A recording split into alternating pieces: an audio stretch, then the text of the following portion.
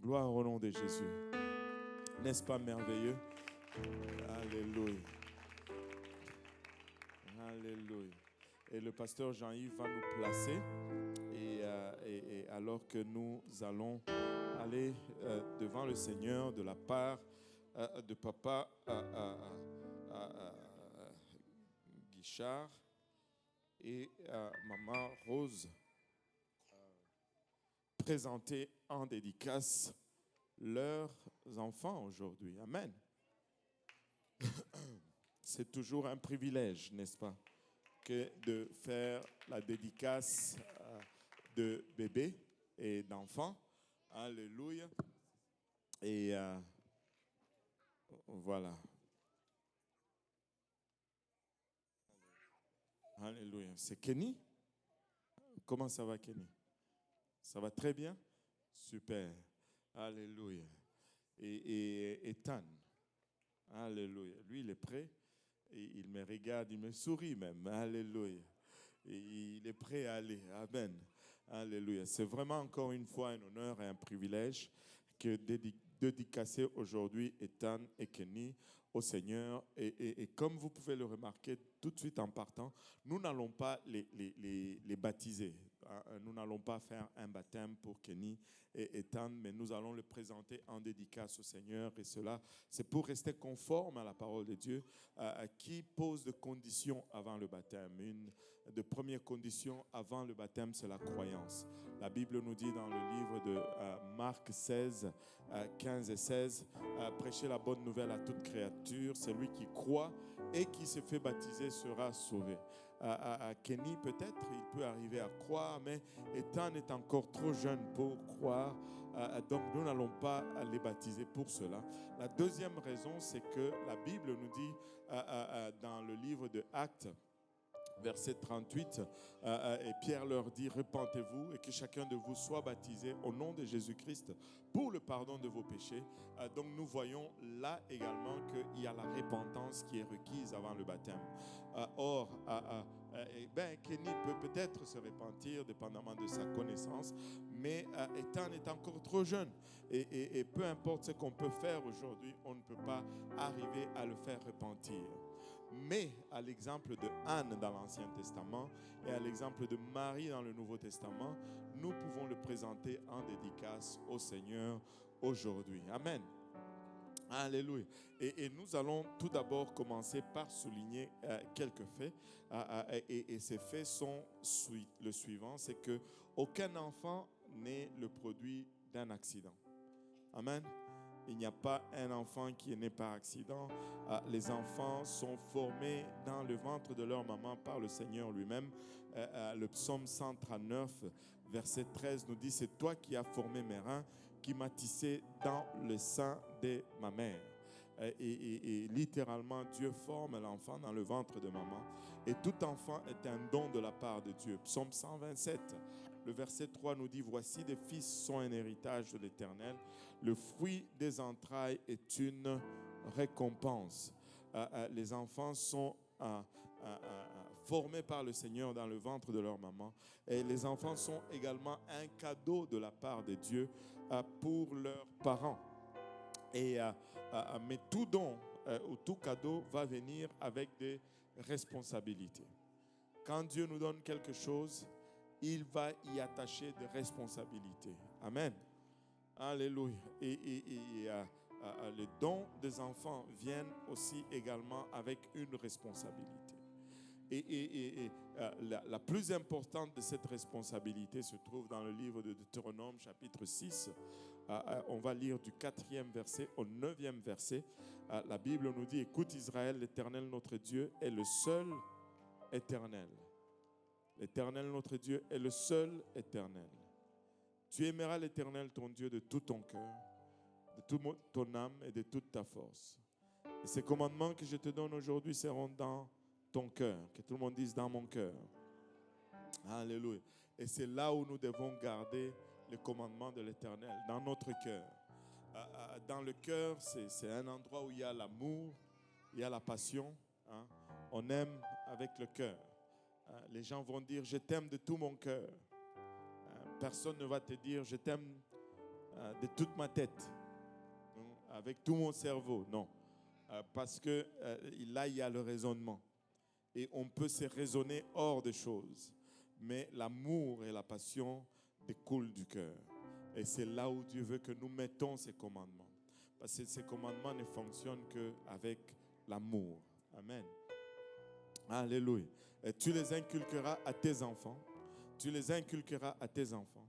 Tu les inculqueras à tes enfants. Tu les inculqueras à tes enfants. Tu les inculqueras à tes enfants. Le CD bloque toujours à cette place-là. Hein, parce que c'est important. Amen. Nous devons inculquer le commandement de Dieu à nos enfants. Regardez le choix de mots, inculquer. Vous savez, quand on parle d'inculquer, il y a la connotation de la discipline là-dedans. On inculque les bonnes manières, n'est-ce pas? Et quand on parle d'inculquer, c'est-à-dire le choix de celui qui reçoit ne compte pas. Si que tu veuilles ou pas, ben, on va t'inculquer. On ne te donne pas, on t'inculque.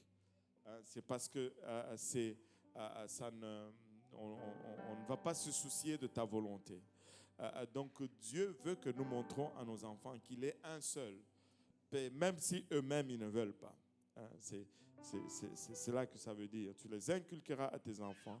Tu en parleras quand tu seras dans ta maison et quand tu iras en voyage, quand tu te coucheras et quand tu te lèveras. Tu les liras comme un signe sur tes mains, ils seront comme des frontons entre tes yeux. Tu les écriras sur les poteaux de ta maison et sur tes portes. C'est de notre responsabilité que de faire connaître le voie du Seigneur à nos enfants. C'est de notre responsabilité, c'est notre première responsabilité au fait, de s'assurer que nos enfants connaissent Dieu et ils vivent selon ce que Dieu prescrit. Et c'est un souhait pour tous parents que les enfants grandissent pour devenir des adultes bons, respectueux, qui réussissent dans leur vie. Mais la Bible nous donne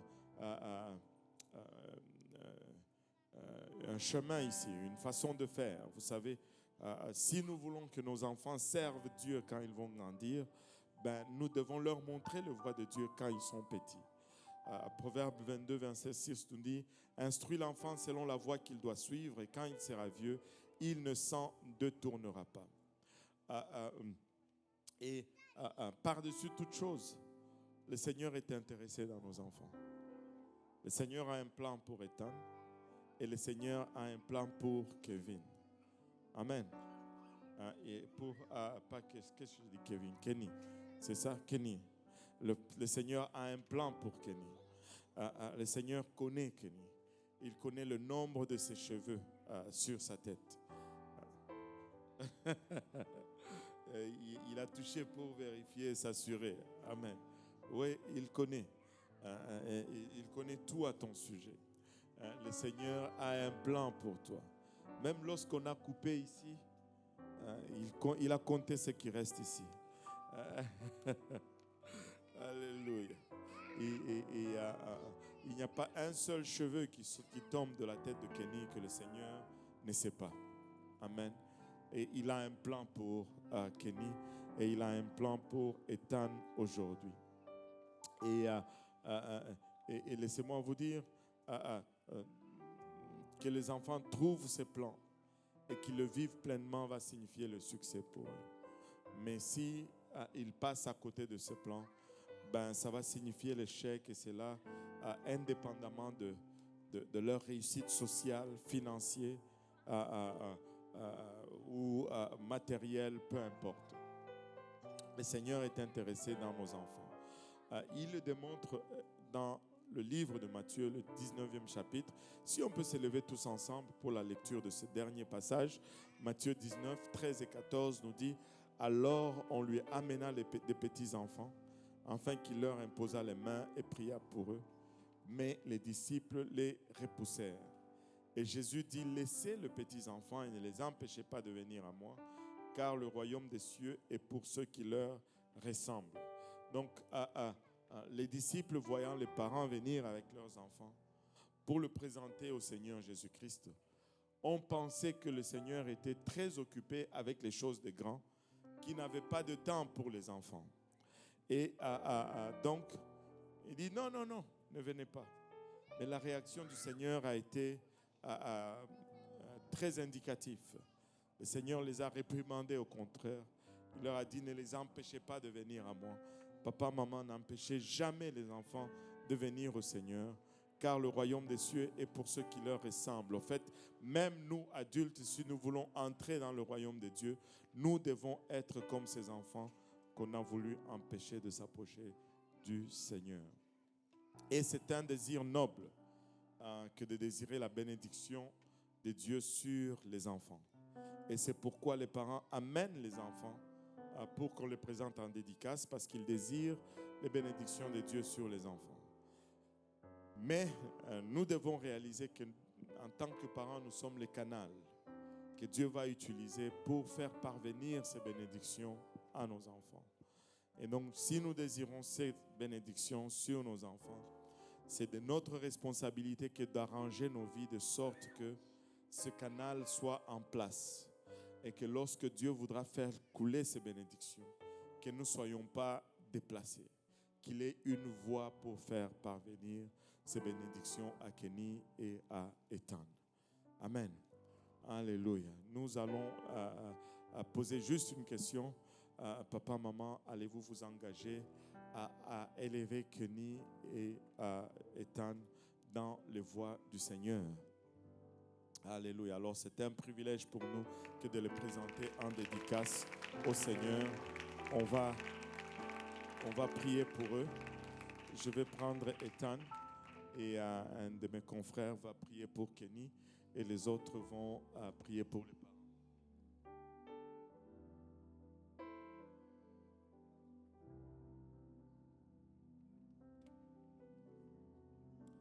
Alléluia.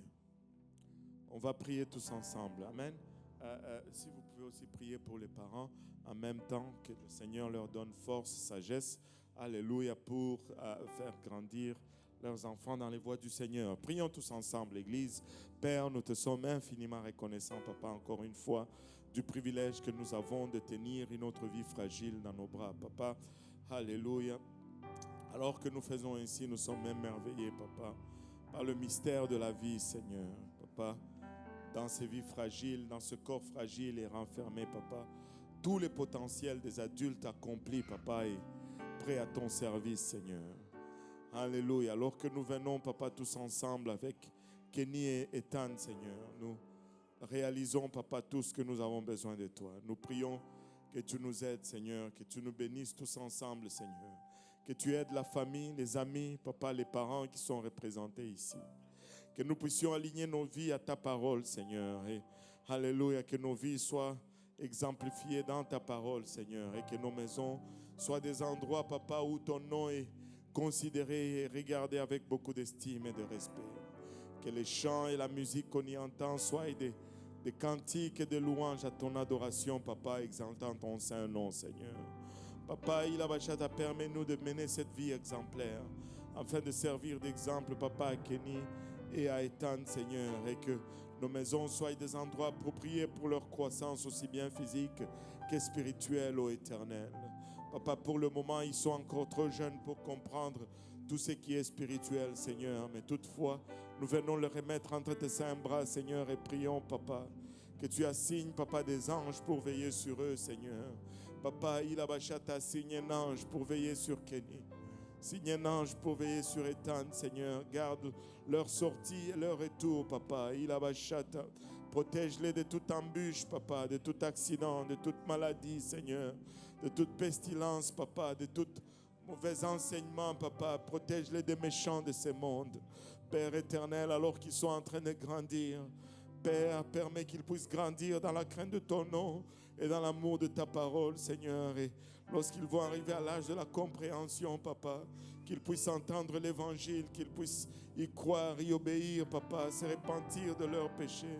Papa, qu'ils puissent se faire baptiser en ton nom précieux, Papa, pour le pardon de leurs péchés. Père, qu'ils puissent être remplis de ton esprit, Seigneur, et qu'ils puissent vivre pour toi. Et attirer plusieurs, Papa, en ton nom, en ton royaume, Seigneur. Papa, d'ici là, nous prions que tu les gardes, Seigneur, et que tu les préserves de tout danger, Seigneur. Papa, ne les laisse pas être influencés par ce monde. Je prie, Papa, qu'ils soient l'influence dans ce monde, oh Père. Alléluia. Il a bachata, bénis-nous tous ensemble, nous te prions pour le restant de ce service et le restant de cette journée. Au nom de Jésus, nous te prions avec action de grâce dans les cœurs. Nous disons tous au nom de Jésus. Nous disons tous au nom de Jésus. Alléluia. Battons nos mains pour Kenny et Ethan.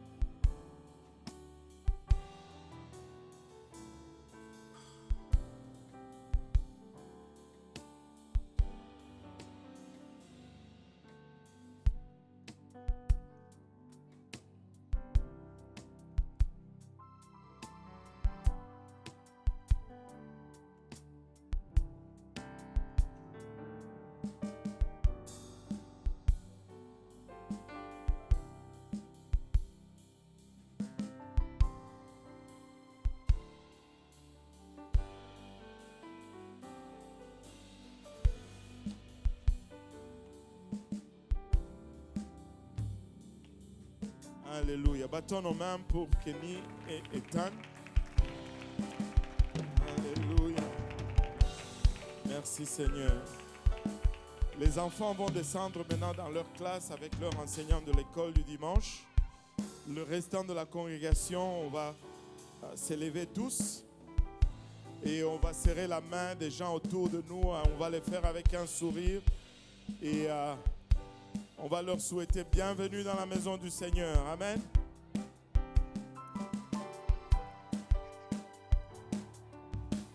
J'ai envoyé un PowerPoint. Je ne sais pas. Cool. Alléluia.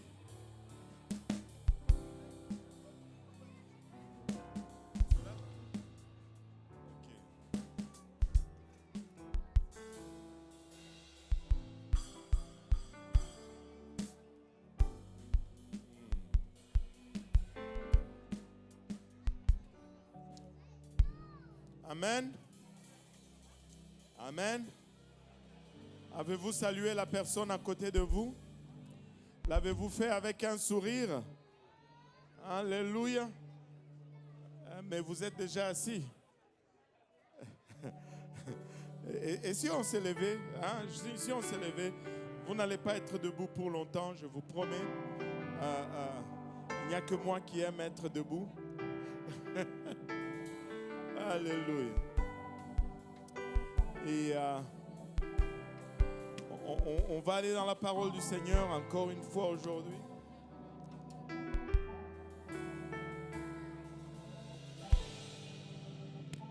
Alléluia.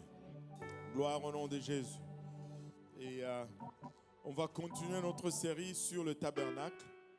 On est à la 4e leçon et on va la finir bientôt. Et on va prier, puis on va aller dans la parole. Amen. Alléluia. Prions tous ensemble.